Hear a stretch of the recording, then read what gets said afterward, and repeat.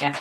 Yeah. So that's your phone. Just a couple of inches, yeah. So we both together. That's perfect, yeah. That's perfect, yeah. Perfect, yeah. Right. I'll just see if I can hear you when you speak on the phone. Okay, look. That's like the time, and that's how many people come on. Does your last of all the editing and all that? Yeah, yeah. Then you do have little. Oh, it's live. Yeah, we've got one on. Yeah. Can you hear us, anyone? Oh, can you talk back? No, they can't talk. They can just hear us. Oh, Yeah, 6 people are on. I've never, you know, like this before. So don't worry, we've got 2 thumbs up straight away, 3 thumbs up. 19 people are on. It's amazing. I'm told today. Can you hear you? Yeah, just got thumbs up. Right. It's me, Brian Cockrell, on the Taxman Show. Some ludicrous allegations going around. They left my friend Chris Currie to die in a house in Billingham. I've got Chris Currie today here for the first time. He's going to speak about this. It was over 11 years ago. Chris, welcome to the show, mate. Hi, Brian. Okay, mate. Yeah, man. Yeah, can you, in your words, tell them what happened that day, Chris, well, please? It was a young lad out the army, and he had his money took off him, his payout, and he couldn't get his money back. So I was trying to get it back for him. And I was with Bri that day, but I'd said to Bri, look, Bri, there's no trouble or anything. I said, I don't want you anywhere near. So I just go on my own, there's no chill, blah, blah. So I left Bri right down the road, and I walked up. It was 2 young lads drove us up there, didn't they? Yeah, for a pizza delivery lads, Goes walking up, knocks on the door opens. Biggest black man I've seen in my life came out. Biggest man I've ever seen, yeah. 7'2", 28 stone, waving his arms about. And I just instinctively, I was like, am I supposed to be scared of you? You know? But anyway, then more people came out. There was a bit of argy-bargy. And he hit me from behind, this black bloke. So I spun on him, there was a bit of a scuffle. Next thing I knew, I'm being hit from behind with, I now know it to be a samurai sword, a bat of some sort, and a knife. I've got really big scars on me head and that to prove that as well. Yeah. I was then dragged into the house, and the doors were all locked, and there was scuffle in the house. I was trying to defend myself, but I was losing. And I was pinned on the floor, and I was thinking, I'm going to die here.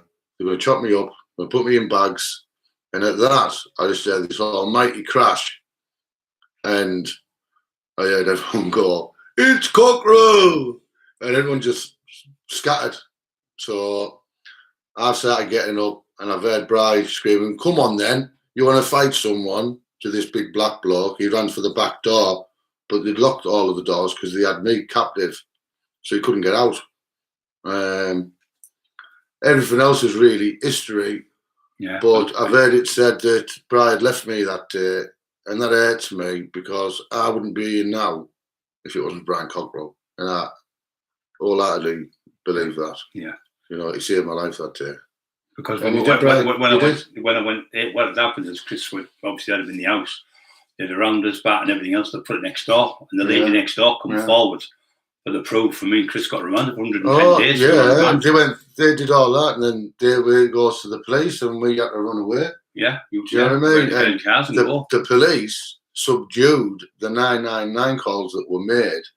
Proving that we were people over the road in different houses phoned the police on 99 emergency that a man, myself, was being attacked by a group of people. They were told about the weapons and the sword and stuff. The police decided to subdue all that, us being who we were at the time, which I'm not proud of. No. Well, we were only doing good that day because that army lad, he was a war hero. He was in Afghanistan and being, they took the £1,500 off him. We were trying to get it back. I mean, we didn't want no money off him. It's not a lot of money, is it? £1,500, but when that's all what you've got, and I think he was medically discharged and that, so you know. He was a war hero, so there was no way we could let the lad. So we were just trying to do the right thing, and we knew the lady whose house it was. Yeah. So I decided to stay up the street. Chris said, I'll see him because I know them. He went to the door, and you see he was attacked, beaten. I didn't want them to think that there was out going on. Yeah, you know, I thought if to take me and Bri at the door, they're going to think, oh shit, what's going to happen? Well, and the thing is, you did it the right way, and I tried to. You ended up getting killed. And the thing is, Chris lost 2.5 pints of blood that day. And the police looked for the blood. They said they couldn't find it. It was all over the walls, up the walls, and everything, wasn't it? It was everywhere. And there was 6 of them in the house. And as I went in, he tried to go out the door. I was like, Chris, and he threw a few punches at me, hit him with the right hand, and he fell and he hit the table, and his table smashed. And I grabbed him to finish him off, but his wife grabbed my arm, called Gail. So I thought, and he was saying, get the police, and get the police. So anyway, I grabbed Chris and I was taking him out. But the 999 calls, the old lady phone said, oh, it looks like there's a black lad hit him. They've dragged him in the house. Oh, there's a big white lad running down the street, come to save his mate. I was banging on the window. I thought I'd try to kick the door in, and I got done for aggravated burglary. But if I never kicked the door in, I said to the judge, Chris would have been killed. Would have been dealing with a murder case. Anyway, the police weren't interested. They withheld the evidence. And well, they did, yeah. They tried to fabricate evidence, is where I see it. Well, the lady next door, she worked in the hospital, and her husband was a porter. She phoned the police and said, I've got the weapons to prove that Mr. Currie and Mr. Cockrell were telling the truth. I didn't dare make a statement because the Iceman obviously was known for selling drugs, and he was a big drug dealer and a bully. So they were frightened of him. But when he left that house, she made phone the police up on several occasions to try to stick up for us and tell the truth, but the police didn't want to know. But the judge... But your mate went and collected the weapons and that, didn't That's right, yeah. And we took the weapons to Craig Beer, God rest his soul, solicitor, and they still weren't interested, the police. They said, oh, we're going ahead without it. So then they tried to get me and Chris, and they said, Chris shouted me out. We went to home house, didn't we? You're on the video. And there's another rumour going around that I got filled in home house. Can you elaborate on this? No, because we got separated in home house. They just didn't want us together. Yeah. For obvious reasons. But he was on the next wing, and I was on the wing next door. We used to talk every day out the window. And when he went in that jail, people were on their knees filling bags of shopping and different treats and stuff and giving him he had no trouble in that prison. And to be fair, there wasn't no one in that jail to give me trouble. There's definitely no one to give him any trouble. Yeah. You know, it's just malicious. Yeah. People with malicious mouths. You know, they can say what they want. It's like a free world now. People can just say what they want. Can't you were actually there, Chris, weren't you? Yeah, I was there. Yeah. We were there. We were in there 110 days. I know. And he was on one. He said one wing, but we used to go to the gym. Can you tell us the story about when we were training? It's funny, this. We were in the gym and he was doing his legs and stuff. And the people were going on talking about different strengths and how strong this person was and all that. And it's a bit far-fetched, but it is true. He got every weight onto this leg press machine that was in that gym. No one could train. Everyone was stood round, and the gym screws came out, didn't they? And they said, what you doing? What you doing? So I'm just going to lift this. He says, but it's still not enough. He says, can you and you climb on the top of that? They were like 14, 15 stone blokes. They got on the top of it, and then he repped that. I don't know how many times, 10, 12 times, something like that. Yeah, because I tell you, it was They put it on the board, didn't they? Yeah, it's still there today.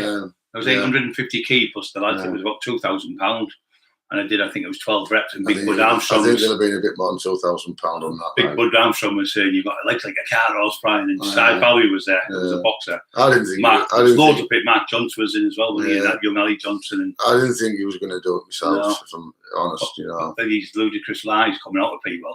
Why do people make stupid lies up to make? Because they try to G themselves up, Brian. By putting other people down. Yeah. You know, and it's just sad. Me and Chris have been friends for 30 odd years, and we've all been friends, haven't we? And we've both been through bad times. We've had a few ups and downs, if I'm honest. Of course, yeah. But it was because of other people. Me and him. But the truth of it, both of us were on drugs, weren't we? Years ago. Both of us. You can see him now. He looks amazing. He's doing great. I'm a good looking lad. Yeah. The thing is, you've changed your life on, Chris. You have your family, you've got your kids and everything. So I set up the neighbourhood watch where I live. Yeah. And I got all the residents together. Have meetings with councils to get rid of undesirables. Yeah. And stuff. And I don't associate with like you said, Chris, life's better now. You got out of bed every day. And you've got a better life. I have my kids. I have a lovely girl. Yeah. Called Lisa. I'm going to be marrying. Yeah. Which is amazing. Yeah. You know, I have a good life. So I wake up one morning with something to do now. I think people like me and you wake up and think, we're lucky to be alive, aren't we? We are lucky. I am. I mean, Chris's head was split from here to there. And he had to get his head. Oh, you held it together, didn't you? I held his head together, and I put my fingers in case it was cracked out, and I had to feel his skull on the top of here. Another quarter of an inch, he wouldn't be here, he'd been dead. And really, they should have been charged with anything. He wanted me to go to hospital. I said, I can't go to hospital Friday, so they're going to arrest me. I went to put a turban on his head. Yeah, put a turban. Put a turban on his head type of thing, like a towel, and he bless him. He got his rib was bust, everything was a mess, bruises all over. But left for dead? No, I don't think so. I never left him. I just lost my brother about 6 weeks before it. I thought I'm not going to lose another one. Yeah, Skinny just died. Skinny, that's right. Yeah. So he's stupid nice, but yeah. So it's great to have you here today, Chris. And yeah, it's nice. I've never done anything like this before. You know, I just thought somebody said to me, well, my sister said, get Chris on, he'll some proof of the truth. Yeah, but we got up and we were dangerous people in them days, Chris. When we weren't proud of what we done. I'm not proud of it now. But when you like that, aren't you? And you justify it, and it's only you have to develop a conscience, don't you, before you can do anything really. Yeah, you got to. But we've changed our lives around. We help people, and you look after your dad and everything now, don't you? And, good for my dad and that. He's doing all right. You know, he's doing better than what you'd expect, really. I suppose. Yeah. So, what do you get up to now then, Chris? Then? I do nothing really. I do the neighbourhood watch thing. And I do my garden. Oh, you do a lot. You're doing the garden. You help your dad. You help the kids. You take the kids to school. Oh yeah, I've done the school run before I came over. I have my daughter living with me now, which is brilliant. And my son is with his mum. But I have him 3 nights a week. 2 nights one week, 3 nights the next. But we've been on holidays to Turkey and that, and just living normal family life, really. It's good to get up with a few quid in your pocket in it instead of we used to blow every penny on drugs and sit there starving all week. And I do the tattoos now, don't I? Oh yeah, I'm a tattoo artist. He's a tattoo artist as well. He's really good. Draw, brilliant. I couldn't draw to save my life, but he's amazing what he does. Really good. You've just been showing us some of the stuff there. Absolutely all the swells, and the drawings and the tattoos. Yeah, because we lost touch, didn't we, really? Yeah. We did, yeah. But, I'm glad you reached out to him, Brian. Yeah, I know. Well, I phoned our friend Lee Scrimshaw, who's a great lad from Billingham. Big lump of a lad, lovely lad, and always been friends with him. He's a great lad. So he's all right, like. I phoned him, and within about 3 minutes, Chris was straight on the phone with me. And obviously, we've got to meet today to talk. But we had some fun times as well, didn't we, Chris? Oh, yeah. It wasn't all there doing it wasn't all bad stuff. Well, like you said nowadays, Chris, we were talking, you can't have fair fights now. Years ago, you'd be man to man, you go on the field and a fight and we forgot about. Now it's knives and people's windows going through and.